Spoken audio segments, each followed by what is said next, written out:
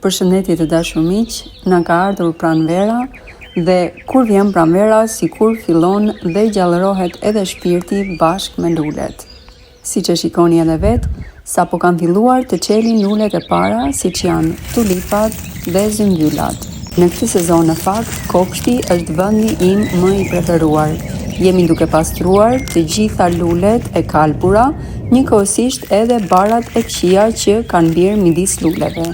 Mirë është që barat e këqija t'i pastrojmë sa janë akoma të vogla, me qëllim që t'ju japim shans luleve të lulëzojnë ashtu siç duhet. Dhe kjo është një punë në fakt që unë preferoj ta bëj vetë dhe nuk i besoj askujt. Kjo për faktin sepse midis barave mund të gjejmë edhe lule të mbira që duhet t'i ruajmë dhe t'i vendosim aty ku na duhen në kopësht. Njëkohësisht, duhet kemi parasysh që të punojmë dhe shkrifrojmë tokën rreth e rreth rrënjës së lules, me qëllim që rrënja e lules të marrë ngrohtësinë e duhur dhe lagështinë për të rritur sa më mirë.